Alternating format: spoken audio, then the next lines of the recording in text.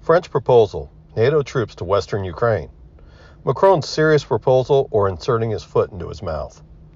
French President Emmanuel Macron met with 20 European heads of state in Paris on February 26, 2024, with the intent for the leaders to reaffirm their commitment to support Ukraine in its war with Russia, as Macron stated that, quote, "We will do everything needed so Russia cannot win the war," end quote.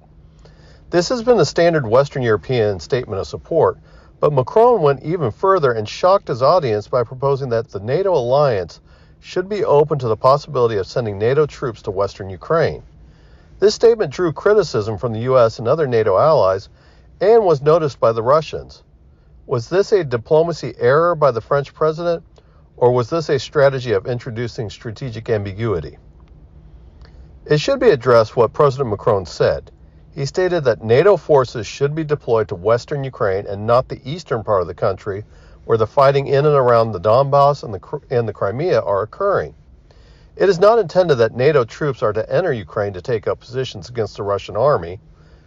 Macron's statement was a support of the belief that weapons factories need to be set up in Ukraine, with Western personnel helping create the factories and work them alongside the Ukrainians.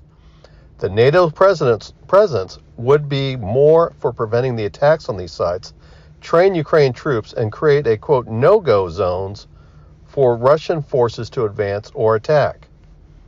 Once Macron's statement is viewed in this context, it is no longer a case of strategic ambiguity, because it is very specific purpose for NATO troops to be introduced and their role in the Ukraine. This would create a situation that NATO would be clearly interfering in the internal affairs of Ukraine, but more immediately relevant, it would allow Ukraine to shift a large number of its forces from the north and west to the south and east, and NATO occupies most of the country. Concerning to the west, it will place NATO troops much closer to an active battlefield and would be viewed by the Russians and parts of the world as escalatory. In this context, the statement clearly looks like a blunder by Macron. He has a point that Ukraine needs more help from NATO and Europe if it has any chance to eject Russia from its territory. Ukraine lacks the manpower and the economy to match Russia in a war of attrition, and the sanctions against Russia do not have the teeth to change Russia's behavior, with Russia prepared to continue its current war path through at least 2026. What Macron's statement has done has played into Putin's hands, as he has been stating that the West wants to destroy Russia, and this can be construed by the average Russian or Russian supporters, demonstrating that Putin's accusation has merit.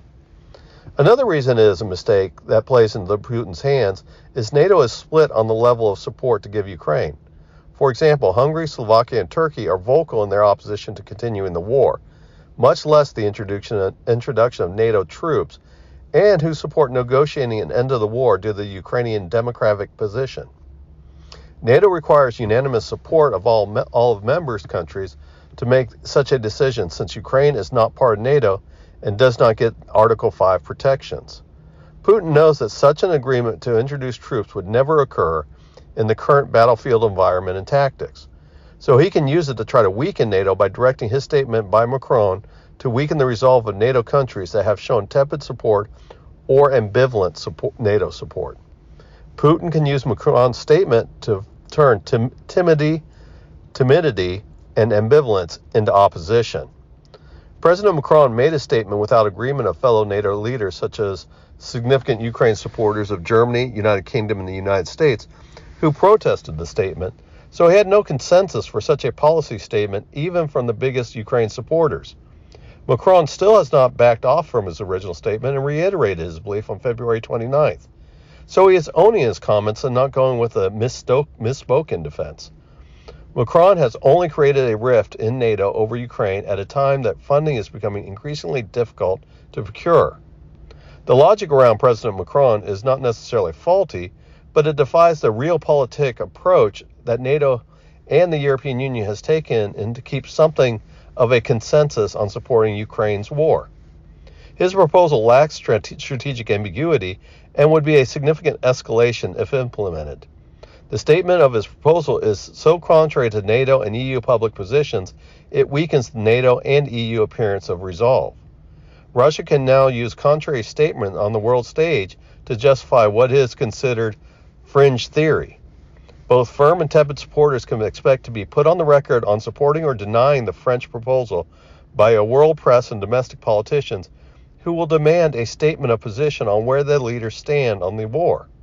Macron has made the situation in Europe worse, and next time he has a thought, he should just keep his mouth shut and let it go.